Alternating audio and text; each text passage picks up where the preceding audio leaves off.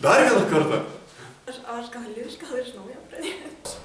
Viktorija, tokia patė. Patė, fuck! Eik tu pafeilink dabar vėl. Labas, esu Viktorija ir noriu pokyčių. Gal nori ir tu? Tai junkis prie mūsų, augsime kartu. Nebus viskas tobula, susimausime turbūt ne vieną kartą. Bet bus smagu ir ne taip jau sunku. Ar uždavei savo klausimą, kodėl dabar vis dar neturi to, ko nori? Kas tau trukdo? Įsitikinimai? Baimės? O gal tinginystė? Nustatyk, kas tau trukdo ir kartu su Diamond mes galime tai paversti ne kliūtimis, o priemonėmis pasiekti savo tikslą. Kaip tai padaryti, sužinosi jau labai greitai. Sek mūsų naujienas ir pamatysi. Iki. Sveiki, aš esu Artūras ir aš būsiu antrasis jūsų tobulėjimo partneris.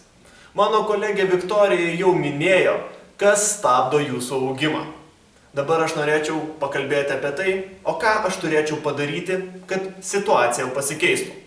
Labai paprastas atsakymas tau. Tu turi išeiti iš komforto zonos. Bet pasakyti yra paprasčiau negu padaryti. O dabar ką aš turėčiau daryti, kad, išeičiau, kad pasitraukčiau iš jos? Mes tau parodysime savo pavyzdžių ir į šitą sudėtingą klausimą tau atsakysime. Kiekvieną savaitę aš stengsiuosi savo kolegę Viktoriją išstumti iš komforto zonos, iš situacijos, kurioje ji jaučiasi patogiai. Ir Viktorija, atsidūrusi tokiose nepatogiose situacijose, turės ieškoti kūrybiškų ir naujų sprendimų, kurie reikalaus drąsos. Tvirtai tikiu, kad ir tu pasisemsi daug naujų idėjų, tapsi kūrybiškesnis ir atrasi sprendimų, kaip tau reikėtų išeiti iš komforto zonos. Linkime jums pokyčių ir iki greito.